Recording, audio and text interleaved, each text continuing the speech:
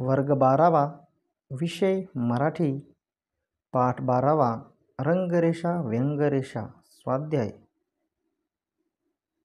प्रश्न पहिला, लेखकाने खालील गोष्टी कळण्यासाठी व्यंगचित्रात वापरलेली प्रतीके लिहा.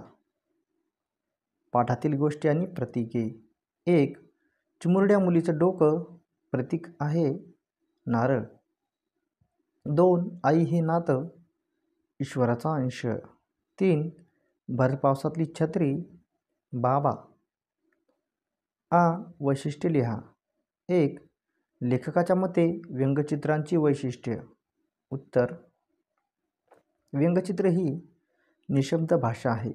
तेथे शब्द नसतात. एखादी सुंदर काव्यात्मक कल्पना व्यंगचित्रातून व्यक्त करता येते.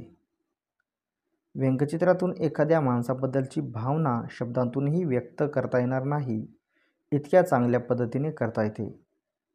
व्यंगचित्रातील मार्मिकता शब्दांहूनही प्रभावी असते. 2. व्यंगचित्राच्या नव्या ट्रेंडची वैशिष्ट्य. उत्तर: कमीत कमी रेषा, कमीत कमी तपशील, जास्तीत जास्त आशय, शब्दांशिवाय व्यंगचित्र. योग्य जोड्या लावा. अ गट आणि ब गट. तर यामध्ये जोड्या जुळवायच्या आहेत. लेखकाची व्यंगचित्रे आणि व्यंगचित्रांची कार्य. 1. लेखकाचे स्त्री भ्रूण हत्येचे पोस्टर. याची जोडी येईल लिहिता वाचता न येणाऱ्यांना संदेश देते. 2. लेखकाच्या मते व्यंगचित्रे ही भाषे इतकी संवादी बनून प्रेक्षकांशी संवाद साधतात. 3. शेतकऱ्याने व्यंगचित्राचा अर्थ इतरांना सांगताना स्वकल्पना शक्तीने चित्र समजून घेऊन इतरांचे उद्बोधन केले. लेखकाला लागू पडण्याचा व्यक्ती वैशिष्ट्यांसमोर बरोबर अशी खूण करा. 1. लेखकामध्ये जबरदस्त निरीक्षण शक्ती होती. बरोबर. 2. लेखकाच्या व्यंगचित्रांना सहजासहजी प्रसिद्धी मिळाली. तर हे चूक आहे. 3. लेखकामध्ये प्रयोगशीलता पुरेपूर भरलेली होती. बरोबर. 4. अपेक्षित उत्तर मिळेपर्यंत ते विचारांचा पाठलाग करत. बरोबर. 5. व्यंगचित्रातला नवा ट्रेंड स्वीकारण्याची वृत्ती नव्हती. बरोबर. 6. प्राप्त प्रसंगातून आणि भेटलेल्या व्यक्तींकडून शिकत राहण्याची वृत्ती होती. बरोबर. 7. नवनिर्मिती क्षमता हा त्यांचा गुण होता. बरोबर. 8. इतरांच्या आधाराने पुढे जाण्याची त्यांची वृत्ती नव्हती. बरोबर. प्रश्न दुसरा, वर्णन करा. 1. वाई येथील प्रदर्शनाला भेट देणारा शेतकरी कुटुंब प्रमुख. उत्तर: चित्रकलेच्या प्रदर्शनाला साधारणपणे सुशिक्षित व उच्चभ्रू वर्गातील लोक जास्त असतात.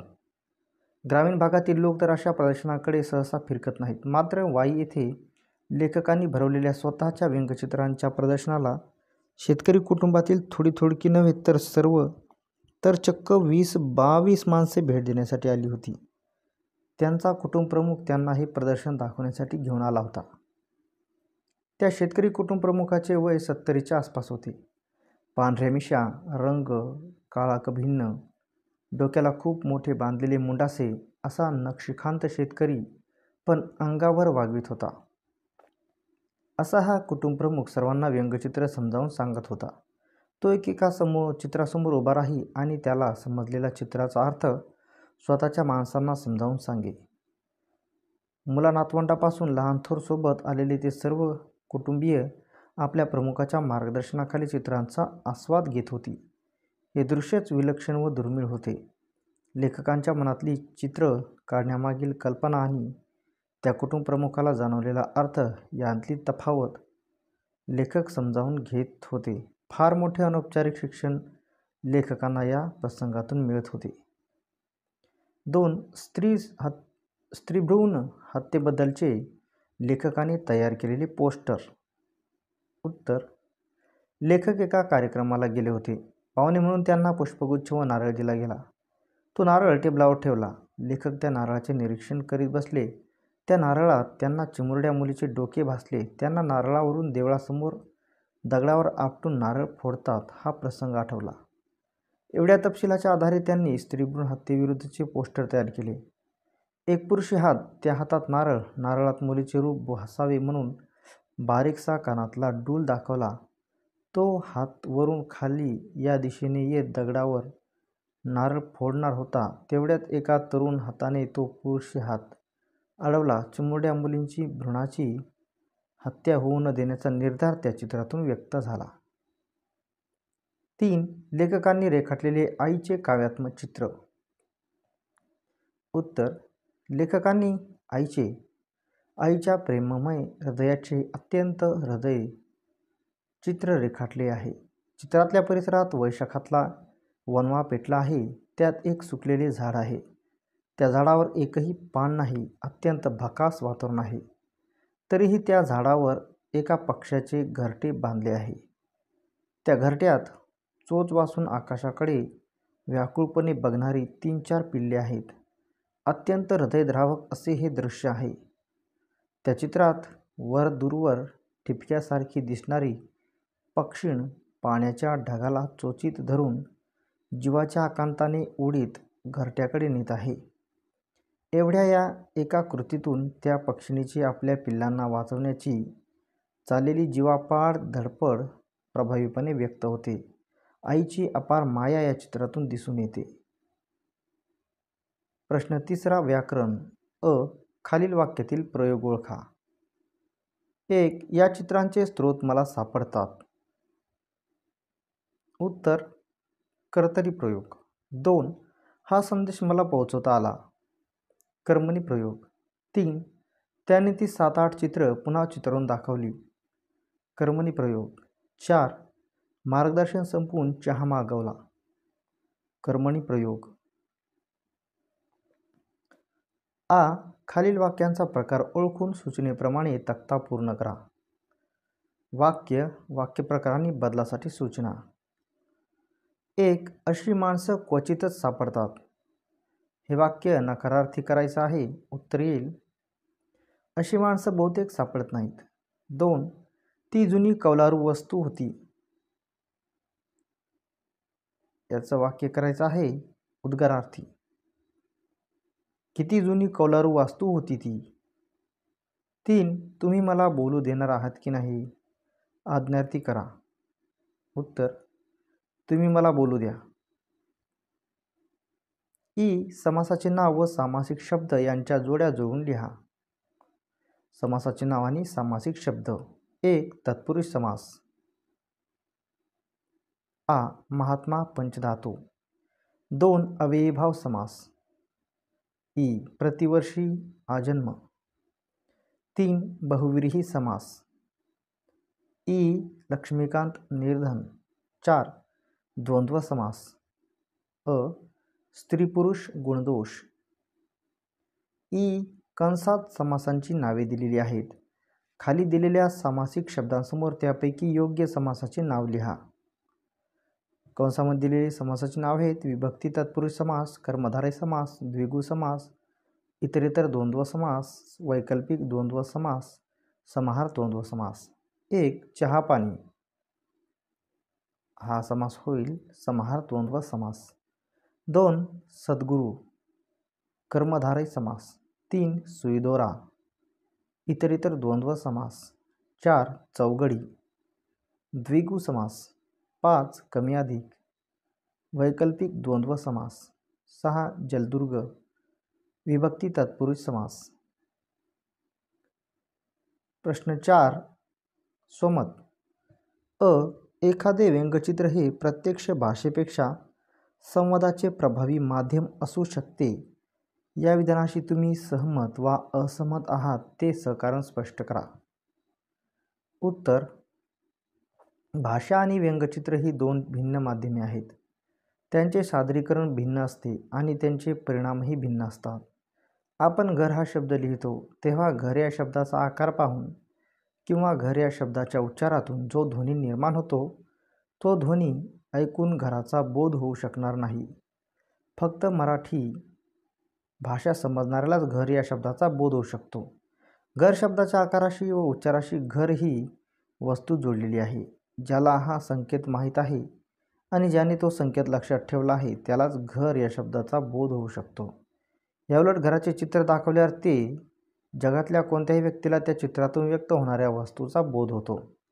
तिथे भाषेची आडकाठी येत नाही, देशाच्या सीमा आड येत नाहीत, सामाजिक सांस्कृतिक दर्जाचा संबंध येत नाही. चित्रातून आशयाचे थेट आकलन होते. म्हणून भाषेपेक्षा चित्र आशयाला प्रेक्षकापर्यंत पटकन व थेट पोहोचवते. चित्र व व्यंगचित्र यात काही एक फरक आहे. व्यंगचित्रात काही व्यक्ती दाखवलेल्या असतात. व्यंगचित्रकार कधीही विषयवस्तूचे फक्त वर्णन करीत नाही. त्याला माणसाच्या वृत्ती प्रवृत्तीवर काही एक भाष्य करायचे आहे. त्या वृत्ती प्रवृत्ती ठळकपणे लक्षात याव्यात म्हणून माणसांचे चेहरे, त्यावरचे हावभाव यांच्या हालचाली यातील काही रेषा मुद्दाम ठळकपणे चितारतो. त्यामुळे चित्र हे व्यंगचित्र बनते. व्यंगचित्रातून माणसाच्या वृत्ती-प्रवृत्तीवर केलेली टीका कुणालाही पटकन कळू शकते. तोच भाव समजावून सांगण्यासाठी खूप शब्द वापरावे लागतात. खूप शब्द वापरूनही सर्व आशय नेमकेपणाने व्यक्त होतोच असे नाही. व्यंगचित्राच्या बाबतीत असे घडत नाही. तेथे आशय स्पष्टपणे लक्षात येतो. व्यंगचित्रात चालू घडामोडीवर भाष्य असते. व्यंगचित्र पाहणारा प्रेक्षक चालू घडामोडींचा साक्षीदारही असतो, म्हणून त्याला व्यंगचित्र पटकन कळू शकते.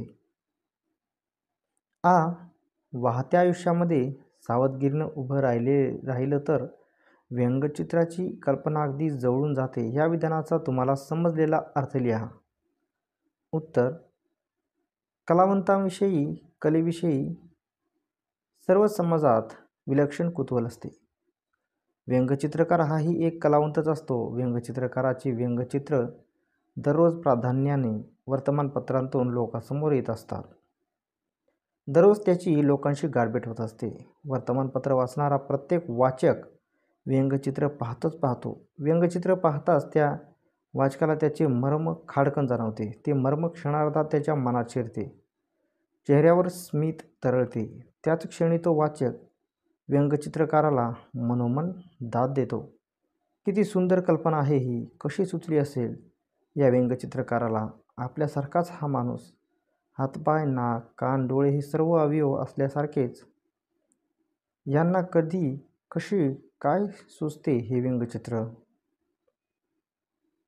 लोकांच्या मनातील या प्रश्नालाच मंगेश तेंडुलकर यांनी प्रस्तुत पाठात 2 वाक्यात उत्तर दिले आहे. वाहत्या आयुष्यात सावधगिरीने उभे राहिले तर व्यंगचित्राची कल्पना आपल्या जवळूनच जाताना नजरेस पडेल. तिथून ती उचलायची आणि कागदावर उतरायची. त्यांनी अत्यंत सोप्या शब्दात उत्तर दिले आहे. व्यंगचित्रकार कमीत कमी रेषांमध्ये आपला आशय व्यक्त करतो. तसेच इथे लेखकांनी कमीत कमी शब्दात आशय व्यक्त केला आहे.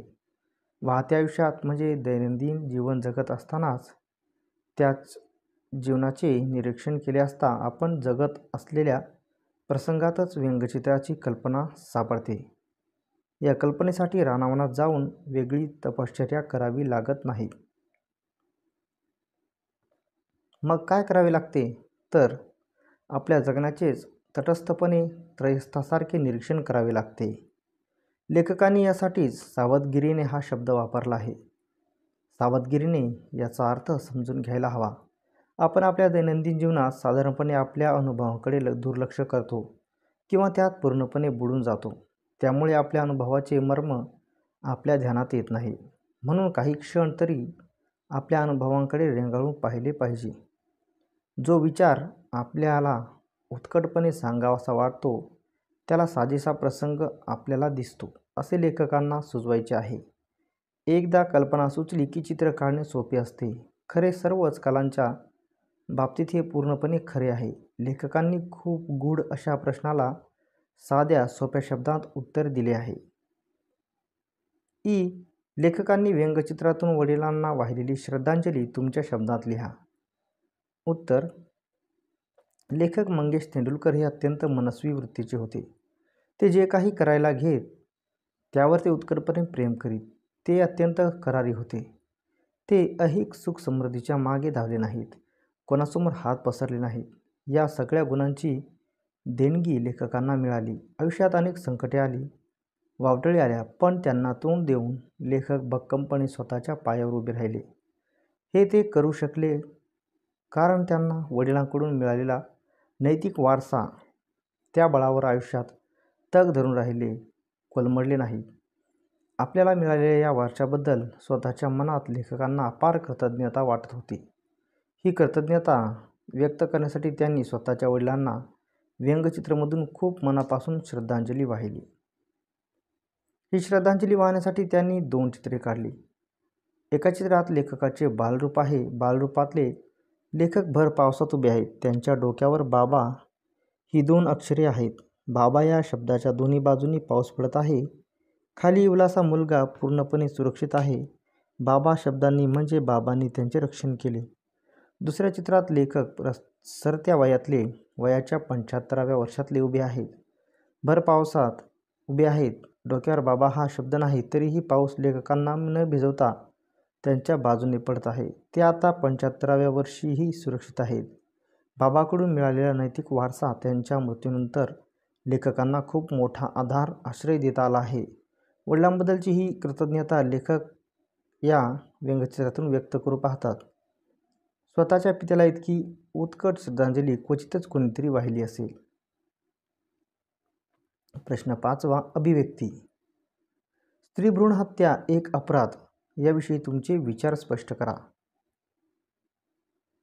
उत्तर: आपला देश अंधश्रद्धेच्या मगरमिठीत पूर्णपणे अडकलेला आहे. मागासलेल्या विचारांच्या दलदलीत बुडालेला आहे. यामुळे समाजात सामाजिक सांस्कृतिक दुर्गुण निर्माण झाले आहेत. अत्यंत दुष्ट, अन्यायकारक रूढी परंपरा निर्माण झाल्या आहेत.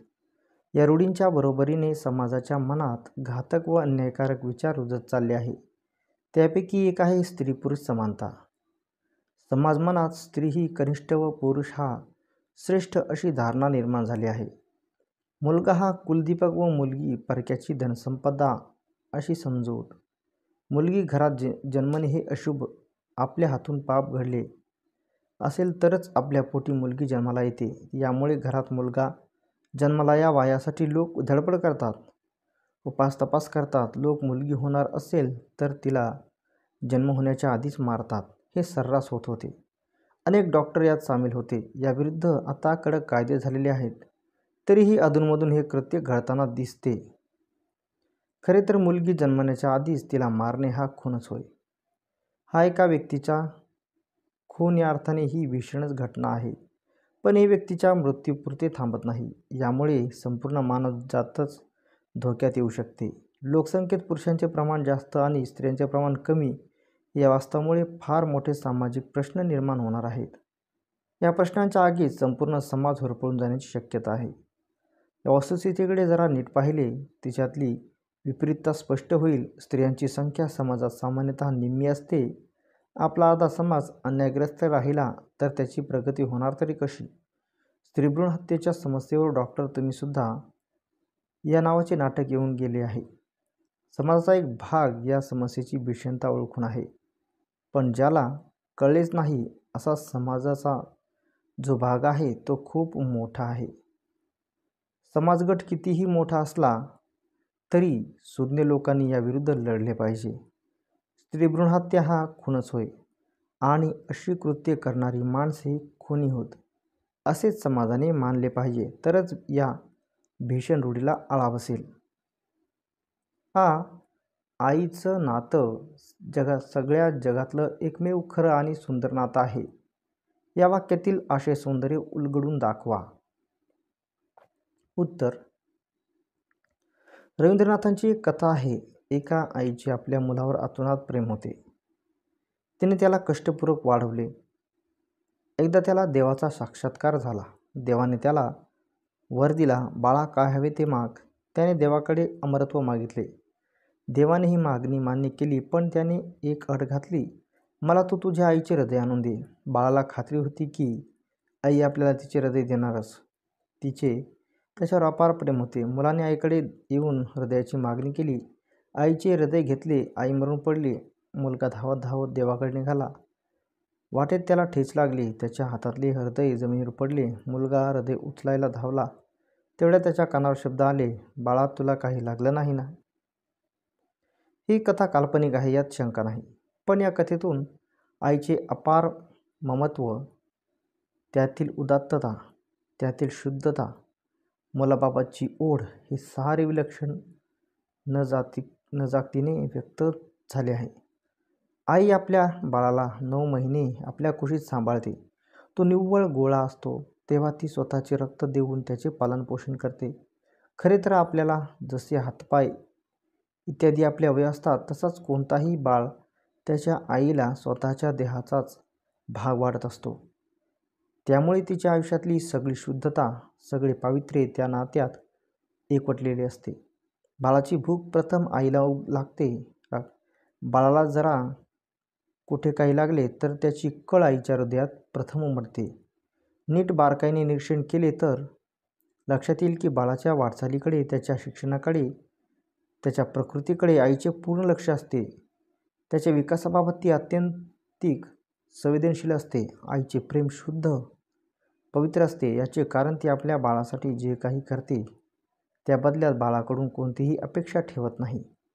म्हणून जगभरात सर्व मानवी समाजात आई मूल हे नाते सर्वश्रेष्ठ मानले गेले आहे.